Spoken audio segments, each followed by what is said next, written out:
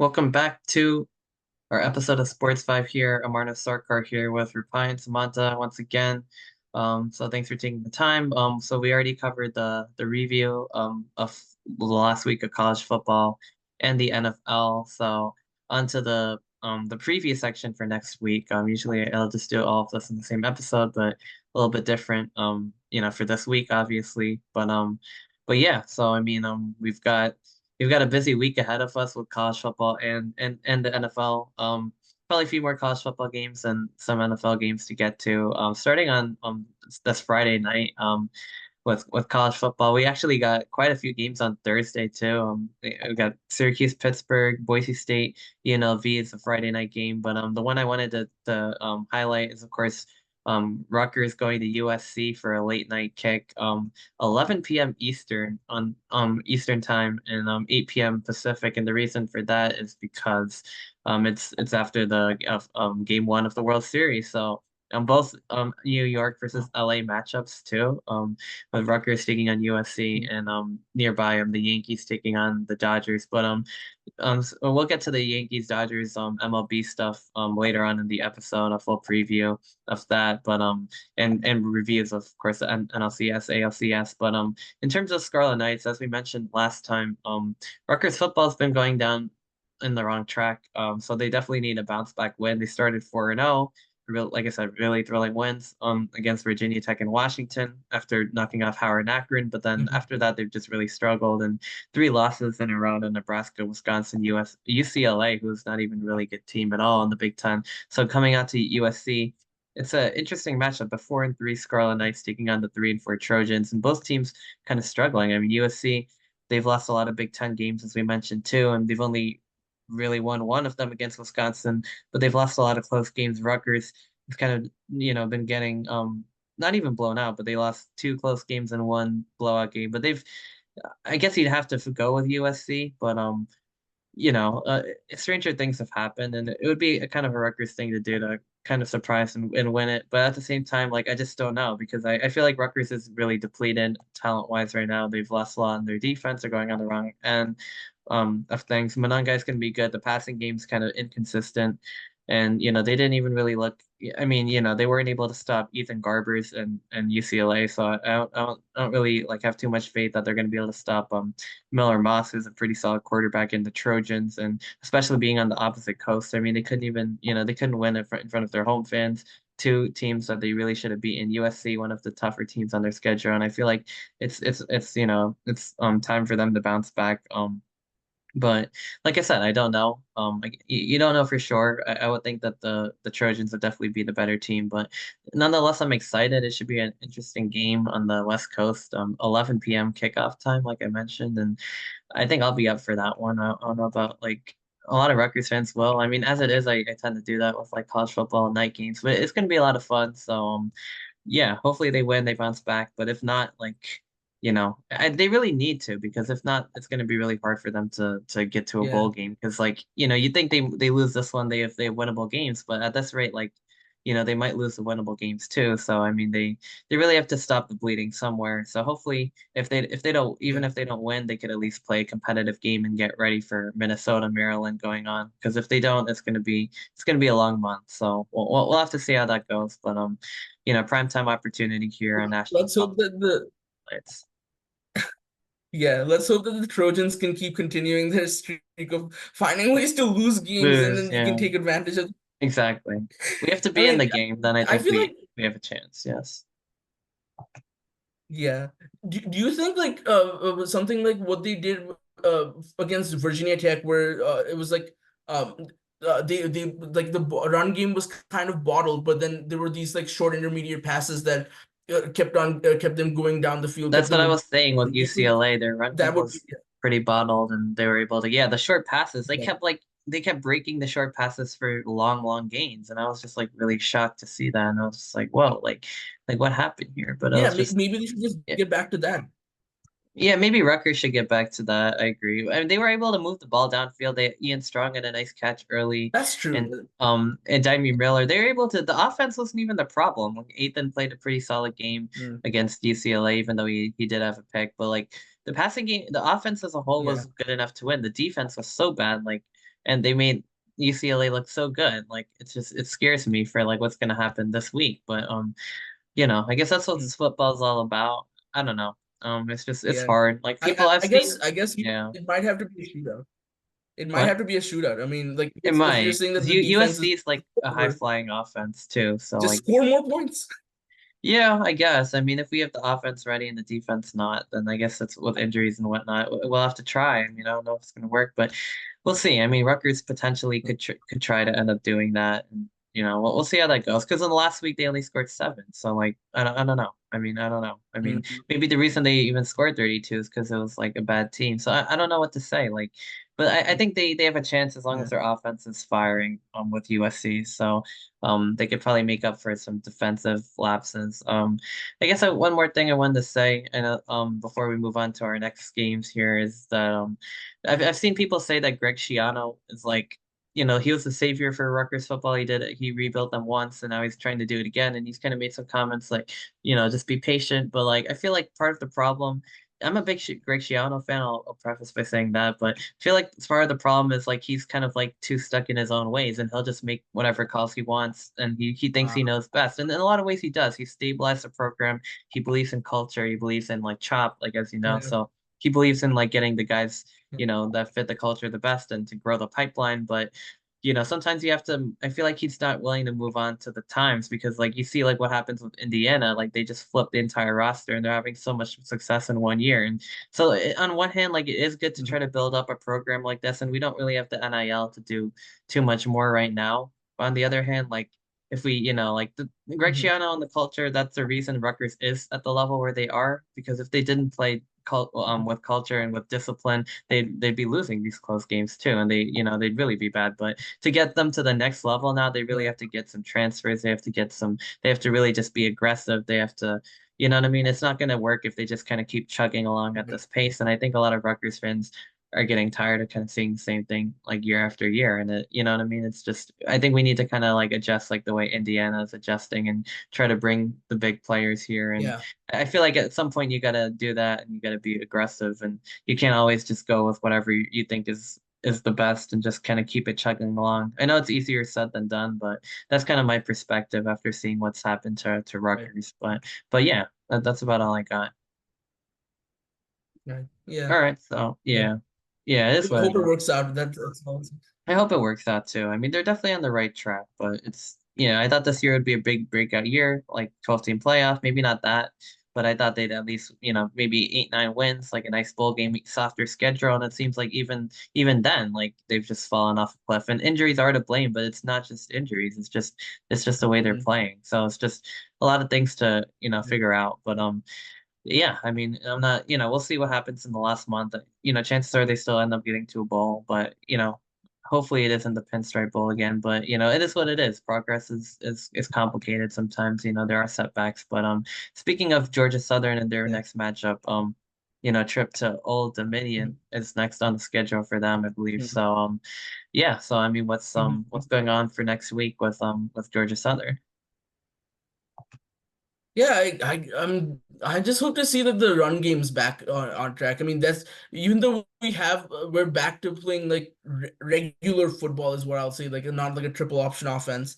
Uh, I mean, we've just had good running backs. Like we've always had good running talent year in and year out. We have to go back to that as like the main role. Just dominate on the ground. Don't keep getting held back, and then we'll just keep continue rolling. We'll keep winning games. I just have like a feeling where like we're traveling to Virginia and playing Old Dominion. This might be like might be like a trap game situation where we're facing a team that has less wins, 3-4, but they're also 2-1 in the conference. One win here in these conference games that can shift anything in like in terms of the conference championship at the end.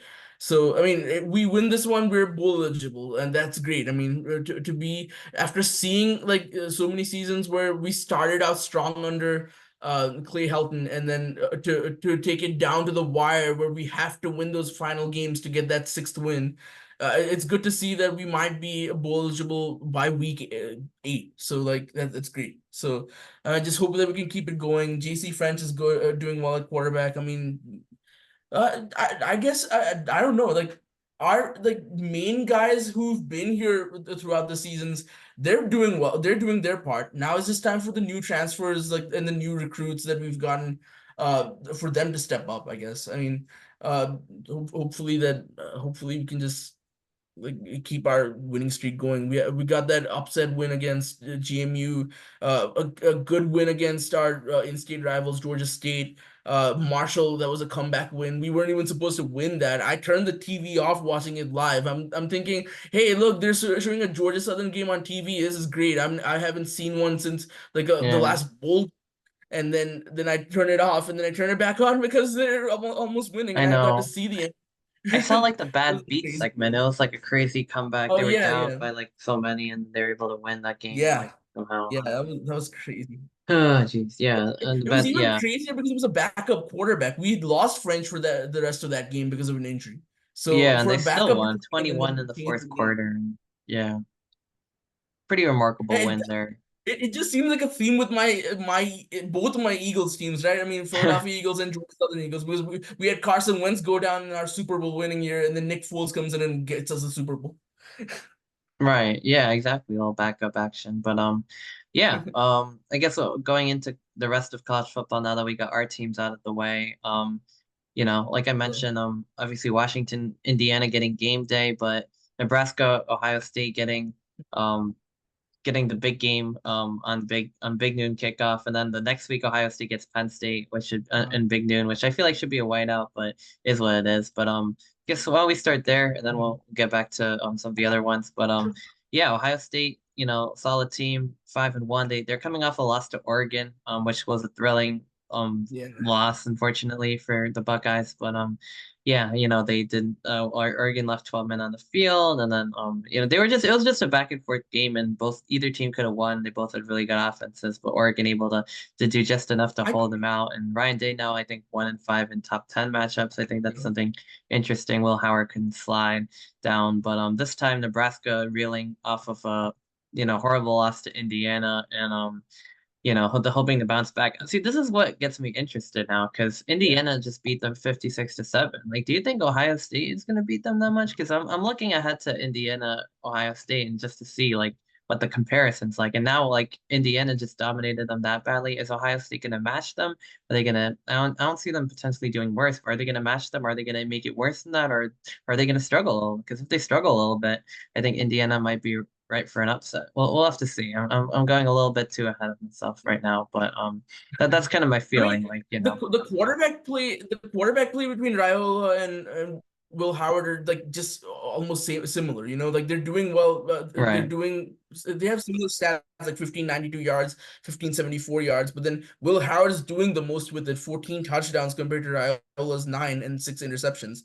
So I think what you were saying about like can Ohio State pile up as many points as Indiana? I mean, it's possible. Quinshawn Judkins is on fire, 491 yards, 6 touchdowns, 71 carries. I mean, he's doing so much in that run game. It's going to be hard to stop them if Nebraska doesn't get something going early. Like if the ball keeps rolling, then they'll just keep scoring. I don't know. I didn't mean to rhyme there, but No, yeah, you're all good. No, and that then makes also the Oregon game. I mean, I never thought I'd see another Dak Prescott moment. Like, where do these guys not have like I mean, I guess it's a pressure situation. They yeah, feel like they'll have enough time, but like yeah, and you you need just more gotta yardage control too. the ball better. You can't like just run there and then sit Yeah, thinking that especially in that close of in a that matchup moment, I at know. the end of the game. I mean, you don't have that much time to just go spike the block, Yeah, spike the he needed ball. to get down like just a little bit quicker. Yeah, Unfortunately, you just want to get some extra yeah, yardage there. They ran out of time. That's football sometimes. So I mean, and maybe they would have yeah, won the game if they got a timeout call 1 second yeah, and they had a field goal, and it's unfortunate, but that's the margin sometimes yeah. between I'm just winning and glad that losing. there have been so many crazy. Yeah, I'm just glad that there have been so many crazy college football games, though. I mean, like it's like must see TV. Yeah, true. it definitely has. I guess with that being said, going over now to the SEC, for a few, Missouri taking on Alabama. Mhm, So, like we mentioned the last episode, Alabama's reeling. Missouri, now that's mhm, clinch bowl eligibility. They're 6-1. I mean, they're not like a bad team by any means. I mean, they lost to A&M pretty badly, but they dominated UMass. Obviously, UMass not really a great team by any means. But then they mhm, knocked off Auburn, so they'll be coming in kind of hot, or yeah, on a more hot streak than Alabama is at least. So I mean, if similarly ranked teams, Alabama really needs a bounce back win here. They're at home. They've lost now to Vanderbilt and Tennessee, and they barely beat South Carolina. So they really need to make a statement. Like I guess like Kapil probably hope for that as well. Who used to co-host the podcast, but Tide got a roll, So I mean, can they win? Yes. Will they win? I mean, they kind of have to. If they lose another game before LSU, I mean, they're gonna be in trouble. So hopefully Alabama does win, and we'll have to see what happens. But yeah, that's pretty much that. It's mhm. a massive SEC showdown now for both of these teams because they're both, not really. They both kind of fallen out of the playoff picture a little bit. And if they want any chance at making it back, they really need a win here. You were talking to me earlier about like what Alabama needs to do to continue winning games. They need to Right. stop being like the Jalen Milroe and Ryan Williams show. Get more Yeah, Jam Miller involved. Get exactly. something They need going in to the run game. Like run the if it's ball. just two people, then they'll know like okay, just keep targeting Milroe, getting down on the ground, like sack him a couple of times, or like just get all the like double team Ryan Williams and then keep all the other receivers uncovered because he's not even throwing it to anybody that other than Williams. So True. Yeah, true. Sticking the yeah, SEC, for I know. Missouri it's gonna be tough. Yeah, Yeah, go ahead. for Missouri it's gonna be tough like losing Nate Noel. I mean they'll hope that he's gonna be back, but soon enough. But especially like through the tough stretch of the games of the schedule. So we'll see what happens without him in this game. It's gonna be tough for Missouri, but I hope they win. I'm not gonna vote for Eh, Alabama. yeah, it'd be nice. I like Missouri too. It's kind of they've also kind of been the underdog team in a way. Like a Rutgers or like a team like that in the SEC. But I guess sticking in that conference, I know you wanted to talk about LSU A&M. Mhm.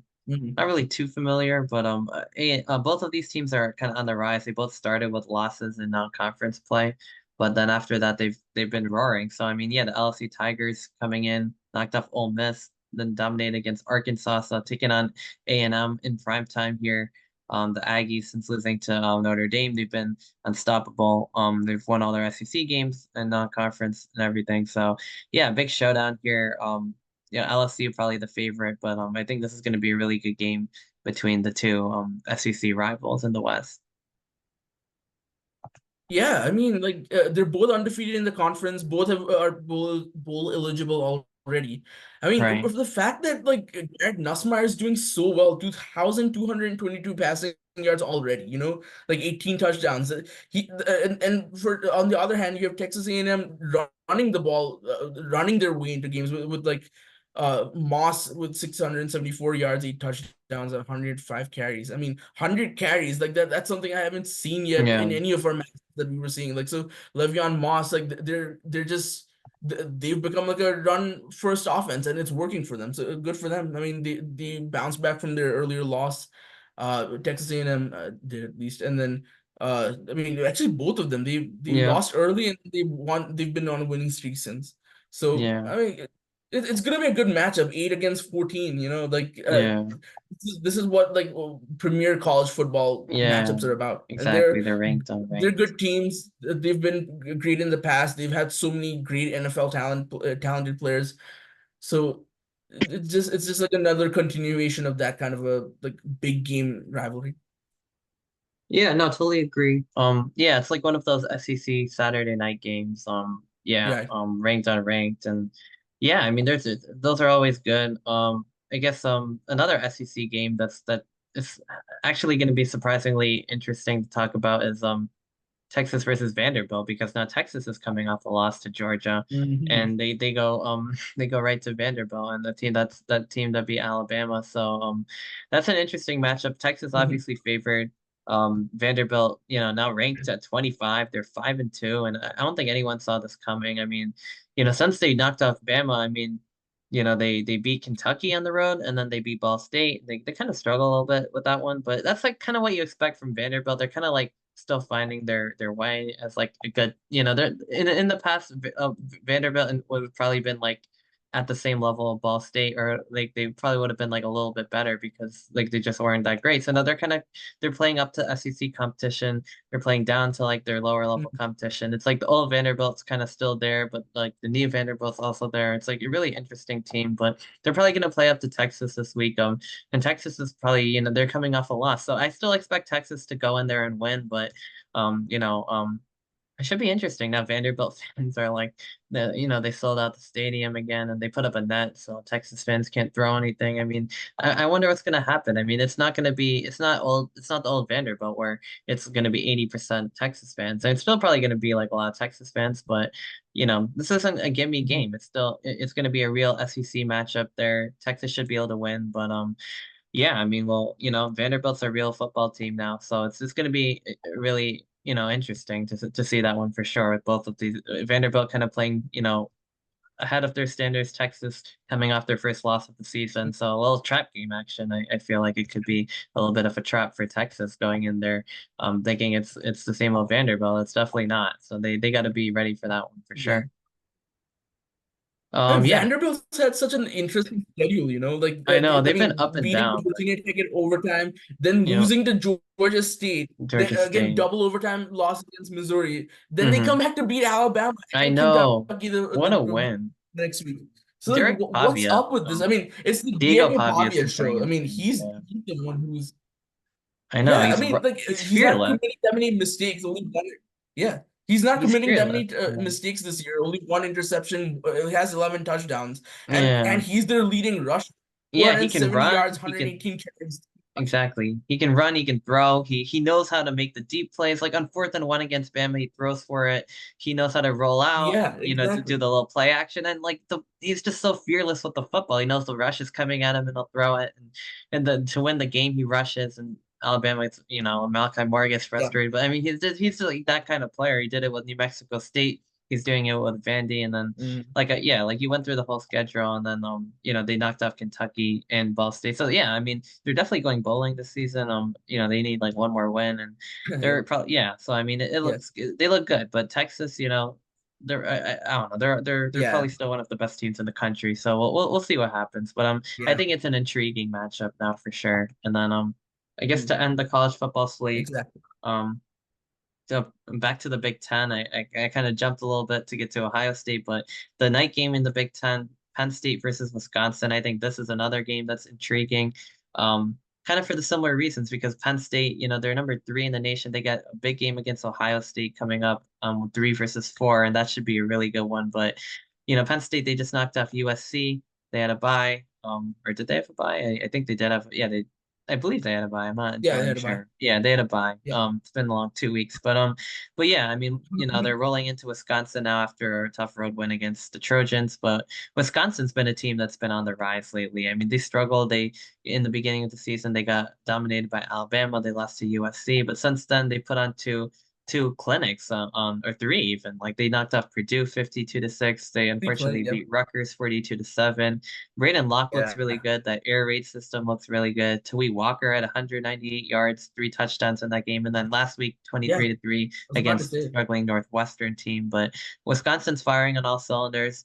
A tougher matchup for them against Penn State, but it's going to be like good against good here. This is like one of those older time Penn State Wisconsin matchups in prime time. So yeah, definitely Mhm. looking forward to that one. So yeah, I mean, night game in the Big Ten, kind of another situation where we have a really good night game in the SEC and a really good night game in the Big Ten for the viewing pleasure. So yeah, and one in the Big 12 too. Yeah. So I mean, it should be an interesting one there. I guess you'd have to say Penn State, but like, until they lose to Ohio State next week, but like typically they are able to escape with the win, but Wisconsin's not going to be easy at all for them. Like, they're going to definitely give them a Yes, fight. especially because of these last 3 games. Especially because of these last three games, I feel like it's not going to be an easy matchup. It's going to be close, and there's a chance that Wisconsin upsets here. There Honestly, I is a mean, good chance, yeah. I'm Especially if Penn State's looking ahead to next they're week, there's a rolling good chance. 52, 42, 23, and they're not giving up points on defense. I Only know. 16 combined It's scoring going to be a points fight. on Like three. they're gonna push Yeah. Penn State to the wire. I don't know if they'll win, but I think they have a chance. And even if they don't, it's gonna be a tight one, especially with Ohio State coming up for the Nittany Lions as well. So yeah, definitely they're gonna push Penn State to their limit. So that should be an interesting game because Wisconsin's definitely Yeah. found their life. Can they do it against a good Big Ten team now? This is a test for them. So Mhm. I guess with that being said, we'll shift over to the NFL segment on the preview side. And we still got baseball, but NFL. I mean, we'll start with the your Eagles because they, coming off the dominating win against the Giants. Now they get Cincinnati on the road, I believe. So yeah, they're going to Cincinnati. So Yeah. Bengals have kind of been an underwhelming team. But although they've kind of been finding their stride now, they're 3-4, coming off consecutive victories, and Yeah. they've played a lot better than their record. They pushed the Chiefs to the wire, they pushed the Ravens to the Yeah. wire. So this is not a team that the Eagles could sleep on. But the Eagles probably their by far their best game of the season. They've been kind of up and down all season. Mhm. But what do you think is gonna happen when they take on Cincinnati on Sunday? See, I've been hearing things like it's the worst former 3-2 team against the best 2-4 team. Yeah, Now it's 4-2 and 3-4, obviously. right. So, like, I mean, yeah, it's not been underwhelming, I'll say, for the Bengals. They just haven't been finding a way to close the games, kind of like USC, like where they're just Kind losing of. at the last Yeah. moment. They're Yeah. keeping it close. It's like if they just have one thing going right for them, they could be the winners of that game. So. And I'm also kind of afraid because this is a road game, and again, 3-4 against a 4-2 team. This has the makings of a trap game. So I'm scared for both of my Eagles teams Uh-oh. this week. Like I don't know. I mean, it's tough. Like those like if it was like we were playing a 2-win or like a 1-win team, then there might not be that hunger. But like a three and Right. four teams 3-14 means that they're just 1 win away from 500. So they'll be hungrier to get that win. And it's a home game for like the team that we're facing. Mm-hmm. So they'll want to show out in front of their home crowd. I mean, the Bengals, they have T. Higgins back. Their running game, I mean, maybe Zach Moss hasn't been doing as well as they'd expected, but that's why they had Chase Brown already from last season, and he's taken over like I expected at least. I mean, there was people telling me that like Zach Moss was going to be the starting running back. I was like, they have Chase Brown for a reason. So Right. I'm glad that it's working out for them. Actually, speaking of Chase Brown, it's going to be a battle of brothers because Sidney Brown is his twin and he's on our defense, and then Chase Brown's the starting running back, Oh or I yeah. mean, one of the running backs of True. the True. Bengals. So it's gonna be a good matchup, a It family should be. reunion kind of. Um, Yeah. Joe Burrow's on like he's on fire. Jamar Chase is on fire. We'll need a lot more AJ Brown, and I hope that we don't have like a repeat of last week where Devontae Smith was barely unused. One reception for I think like a negative yard situation. Oof. So Yeah. hopefully we keep both of them involved. We'll need both, and we'll need a big game from Saquon to keep rolling. Like if we lose here, it's gonna be tougher because then I feel like other teams are gonna take an advantage of us. If we lose here, we're gonna fall behind on Washington against Washington. Like I don't really have that much of a high hope for our team, like because they're just our schedule this year is kind of tough. I feel like if we still have like the same issues that have been affecting us since last season, then things are gonna go haywire again. I've seen it once already. I'm not gonna be able to get out of that mindset until I see something different. True. True. True. True. Yeah. No, I agree with that. In terms of the Giants game, I mean against Pittsburgh, That not should be a really good looking. one, I feel like. Yeah, I guess it was Pittsburgh's 5-2, and Russell Wilson's in the lineup. They look better. They just dominated the Jets, and the Giants are reeling now. I mean, I don't know. They won against Seattle, and they look really good for a week, and then it's just like Malik Neighbors wasn't even there, and Tracy at 129, Slayton at 122. Daniel Jones looked really good, and then I think that's pretty much it. Like he hasn't looked great since then, and that's been the difference on defense. the Giants defense hasn't been the greatest, although they held Cincinnati to 17. And, it's just like the MetLife thing, I feel like. Yeah. He's just not played well at home. And, like, except for the Cowboys game was kind of close, but it'd be the most Giants thing to do to, like, win this game in Pittsburgh and, like, kind of start the whole cycle all over again. Because, like, I could just see it. They beat the Browns.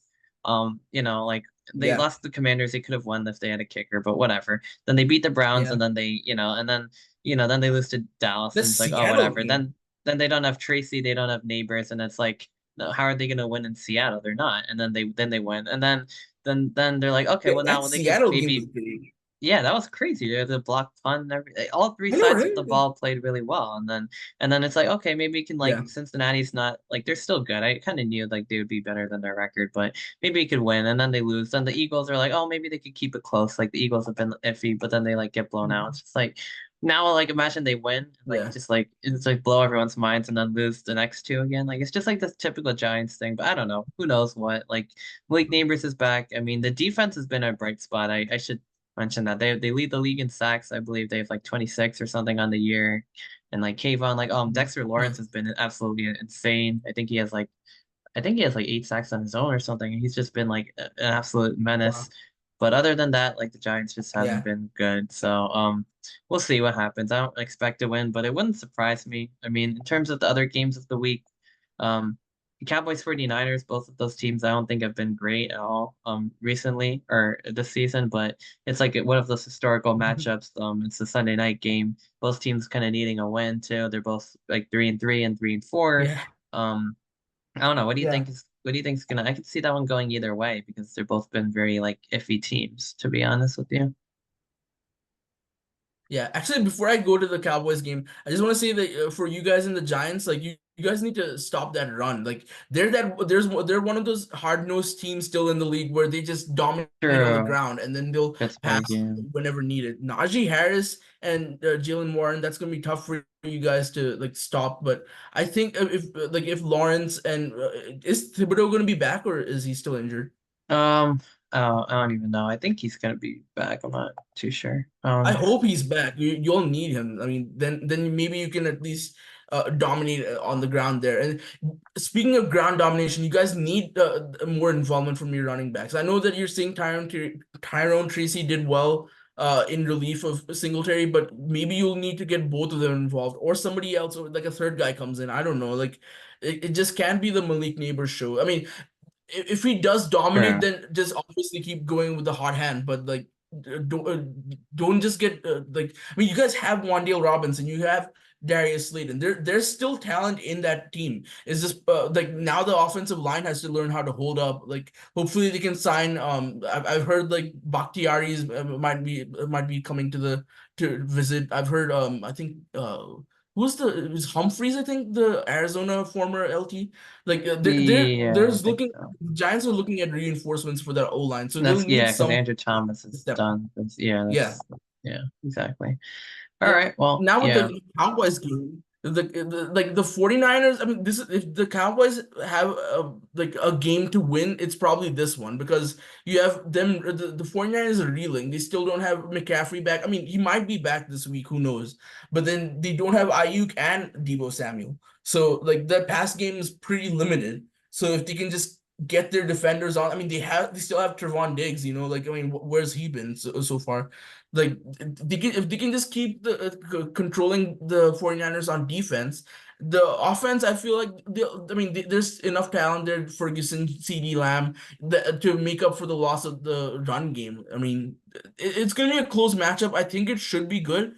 I think the 49ers would be winning this if they didn't have the injuries, but now that they have the injuries, it's probably gonna be a Dallas win, in my opinion. I don't know. Yeah, because the Niners are so banged up like across the board. I mean, so even away from McCaffrey as well. So I think so. Yeah, I think the Cowboys they won against Pittsburgh. I think they'll be able to do something similar against San Francisco. But yeah, I mean the final one we Hmm. want to talk about Bears versus Commanders, both teams on the rise. Caleb Williams versus, well, I don't know, Jane Daniels. He's week to week now with a rib injury, Hmm. which is a little bit unfortunate. But Hmm. I mean, he's had such a, not even a little bit, Yeah. just unfortunate. But he's had such a strong start to the season.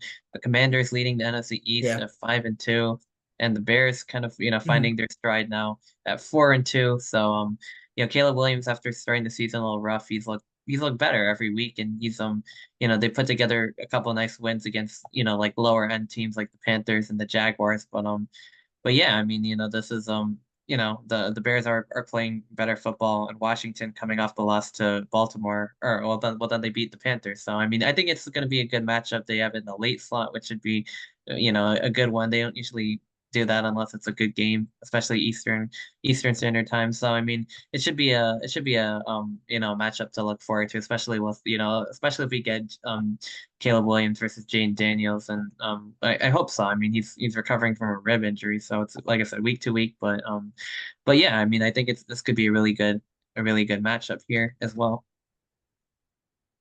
Yeah, I mean, with Chicago having so many injuries on their defense, Brisker, Tyreek Stevenson, Kyler Gordon. I mean, even if Jaden Daniels doesn't play, there's a chance that Mariota can come in and do what he did against the Panthers. I mean, if it's going to be a weakened defense, then he could just go through to his safety blanket, Zach Ertz, the tight end, and then or I mean, he went up top to Terry McLaurin a couple of times too. So I mean, yeah, it's going to be a good matchup. ESPN has Chicago winning, but it's also a 50 to 4, like 50.2 to 49.4 time, like uh, difference basically.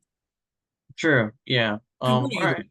Yeah, it could definitely go either way. Both teams have, I think, good offenses, good defenses. They're both improving. They're both in the mix.